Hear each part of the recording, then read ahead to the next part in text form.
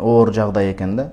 Туулган күнгө барам деп ушундай бир оор акыбалга калыптыр бир кыз киши. Ал окуядан 2 жыл өтүп, ата-энем билбейт. Ошол турмушка чыганбы, чыкпайынбы, ал киши турмушка чыкпайын деп атат, эмне кылыш керек дейт. Кызга 40 жерден тыюу деп бекерден айткан эмес. Раматылык Чыбак устазыбыз дагы бекерден заргакшап айтпайт эле да. Түндүн бир окумда аял кишиге балея барбы?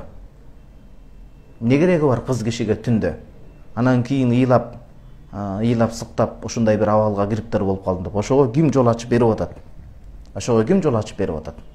Мындайча айтканда, аязат элестетиш керек. Жырткыч жаныбар, мындай бир ушунча күн тамак жебеген жырткыч жаныбардын астынан өтүп бараткандай элес жаратып калат да. Кудай сактасын. Азыр ар кандай адамдар бар.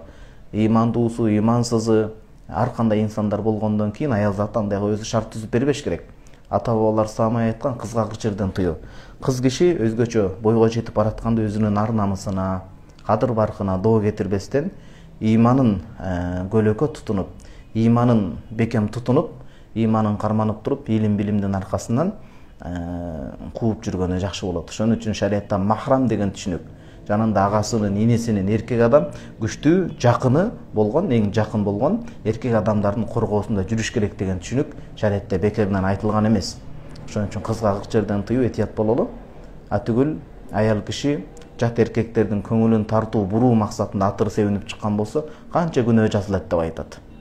Этиятташыбыз керек. Ислам дини тең салмактуулуктун бүт таразанын ташын оодурбай турган туура дин. Ошол себептен кыз киши биринчиден, бул жаман бузукучулук иш. Жигиттердин кылганын биз актап же туура деп аткан жокпуз, мукаачылык иш. Ошондой кылып зөөкүрлүккө, зордук зомбулукка жол берген бул айбандын иши да, Кудай сактасын. Айбан деле андай нерсеге барбайт.